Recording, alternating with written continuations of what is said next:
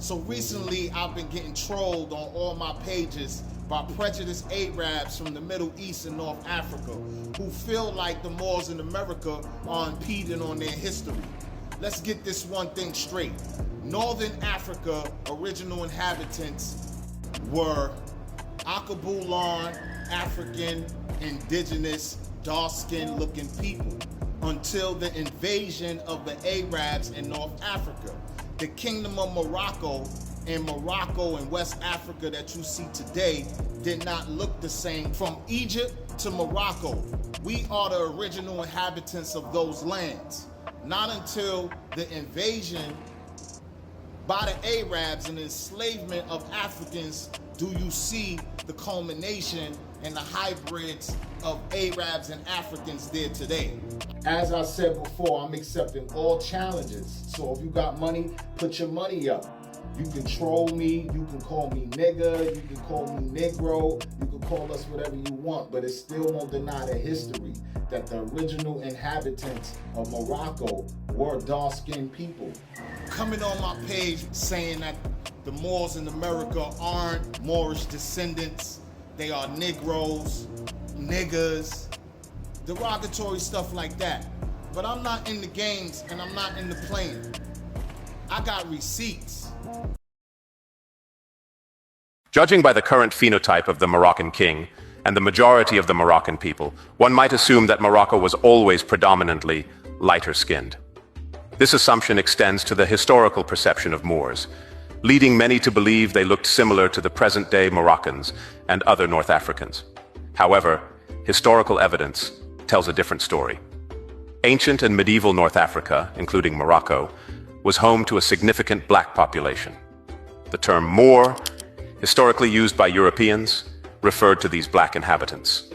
This population included black Berbers, who played crucial roles in the region's history, from the Almoravid and Almohad dynasties to the founding of the Alawid dynasty by Moulay al-Rashid and the significant reign of Moulay Ismail. The demographic landscape of Morocco and North Africa began to change over centuries due to various factors, including Arab invasions, European colonization, and the influx of different peoples. These influences gradually altered the phenotypic characteristics of the population, leading to the diverse appearances seen today. Until the 18th century, the kings of Morocco were black, and they led the country to its historical peak. To fully understand this history, it's helpful to learn about the early population stages of North Africa. Historically, black people have always lived in the Maghreb and were the majority during Roman and Arab rule. These black inhabitants were the original Berbers. Known also as Moors or Saracens, Europeans encountered them in Spain and Portugal. A Moorish king and his court depicted in a propaganda drawing by Christians of the time. Moorish kingdom in 1400, with the queen atop the castle and the king on the flag, facing the Christians. Moorish dignitaries playing chess. The Christian king of Spain, Peter of Aragon, receiving the decapitated heads of 4 Moorish princes of the Almoravid dynasty in the 11th century. We can see that the heads are excessively black. It is these 4 heads that still appear on the flag of Sardinia today. Abu Bakr, another Almoravid leader, built an empire through warfare, stretching from Morocco to the Senegal River. Abu Bakr, depicted in a 1413 illustration by Mechia Viladestes, appointed his cousin Yusuf ibn Tachfin as regent of the Northwest. Falsified illustration by Moulay Ismail. How can a man whose brother on his father's side and his mother were both black look like that? He was described by a French priest as a man almost black with a white spot on his face. Authentic portrait of General Bassa, who did much for the victories of Moulay Ismail. The face of the Maghreb changed significantly due to the slave trade by white Christians from Europe and the presence of Arab Muslims and Turks. The governor of the city of Tangier, in the very north of Morocco, here in procession, surrounded by his guard. Painting of 1872 by Jean-Joseph Benjamin Constant, who visited the city. At the end of the 19th century, if King Hassan I of all Morocco was indeed mixed race, there were still black leaders in the country. Black Berbers remained present in North Africa, They now make up about half of Mauritania's population, and a minority in southern Morocco. Known as Black Moors or Haratines, they continue to be an integral part of the region's demographic landscape. As part of the Muslim invasion of Africa, Arabs entered the continent in 639 and soon subdued the Maghreb. An Arab named Idris founded Morocco's first dynasty, the Idrisids. After Idris died, his Berber wife gave birth to Idris II, who expanded his father's power. King Muhammad, Idris II's son, is also known to have had an African mother. The Idrisid dynasty, a blend of African and Arab heritage, left a significant architectural mark on the city of Fez and contributed to the spread of Islam. However, their power declined around the year 1000. The subsequent Almoravid dynasty truly made Morocco shine. The Black Dynasty of the Almoravids. They ruled from 1060 to 1147. The kings of Morocco during the Almoravid dynasty were Black, Moors, and Berbers. This fact is illustrated by an event involving Peter of Aragon, the Christian king of Spain, who received the decapitated heads of 4 Moorish princes of the Almoravid dynasty in the 11th century. These heads, noted for their blackness, are still depicted on the flag of Sardinia today. In the Western Sahara, King Yahya ibn Ibrahim sought to convert his subjects to Islam. He brought in a religious leader named Ibn Yassin, who initially failed in his mission and was chased away. Ibn Yassin found refuge along the Senegal River, where he successfully gathered followers. With a sufficient number of adherents, he launched a jihad in the region and named his followers the Almoravids, meaning fighters of the faith. Ibn Tachfin conquered the former capital Fez and parts of Algeria.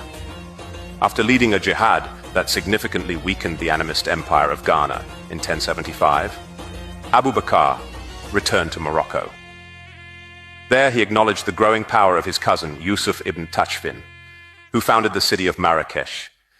Contemporary documents describe Tachfin as having brown skin and frizzy hair.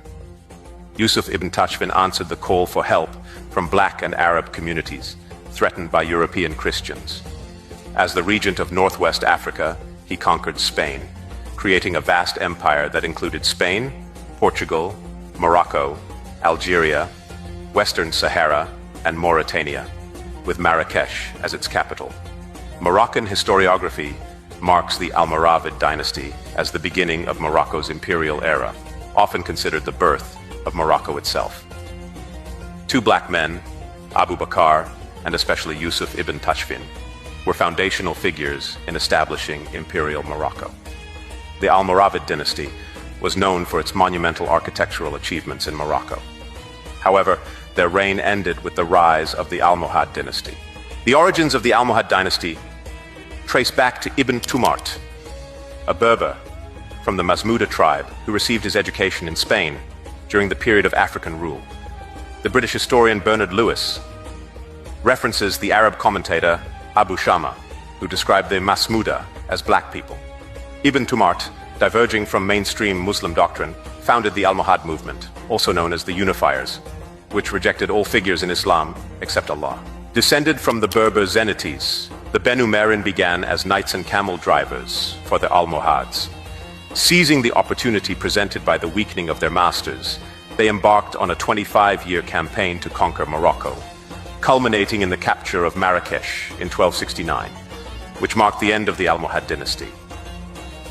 The Marinid kings aimed to re-establish the empire of their predecessors across the Maghreb and Spain. Abu al-Hassan, considered the greatest king of the Marinid dynasty, was a significant proponent of this expansionist vision. He is often described as a black sultan, with his mother being of black descent. This dynasty rose to power during the Spanish and Portuguese occupation of Morocco. Its founder was Mohammed as Sheikh. His son, Abd al-Malik, the 4th king, was described by the Portuguese chronicler Luís de Oxeda as a man with a flat and short nose, thick lips, gray, which is in fact a variant of the dark black color. Another son of the founder was the father of King Moulay Mohammed. Portuguese observers describe Moulay Mohammed as a barbarian Moor, a cursed Moor, and an infidel Moor, noting he was black in appearance and bloodthirsty in his actions. At that time, the term Moor was commonly used to refer to black people. It is evident that black leaders played a foundational role in the Moroccan imperial era, establishing at least 4 of the 7 Moroccan royal dynasties. These dynasties brought Morocco to its political zenith through the Almoravid and Almohad periods.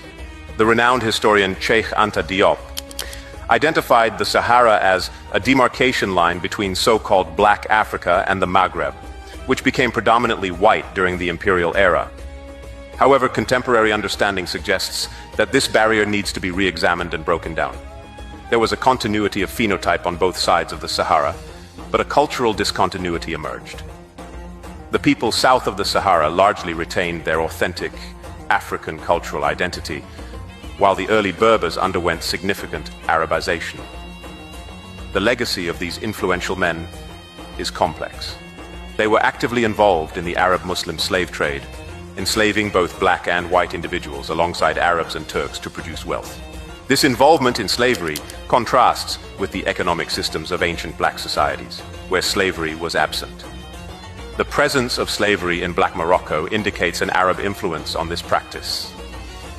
This history underscores the significant contributions of black individuals to the civilizations of North Africa. Blacks were central to the development of the vitalist animist civilizations of ancient Egypt and Carthage, which were exclusively black. The Moorish civilization in Spain and Imperial Morocco, despite benefiting from initial Arab contributions, were fundamentally black civilizations. This historical truth highlights the predominant role of blacks in the rich history of North African civilizations. Until the lions have their own historians, the tales of the hunt will always glorify the hunter.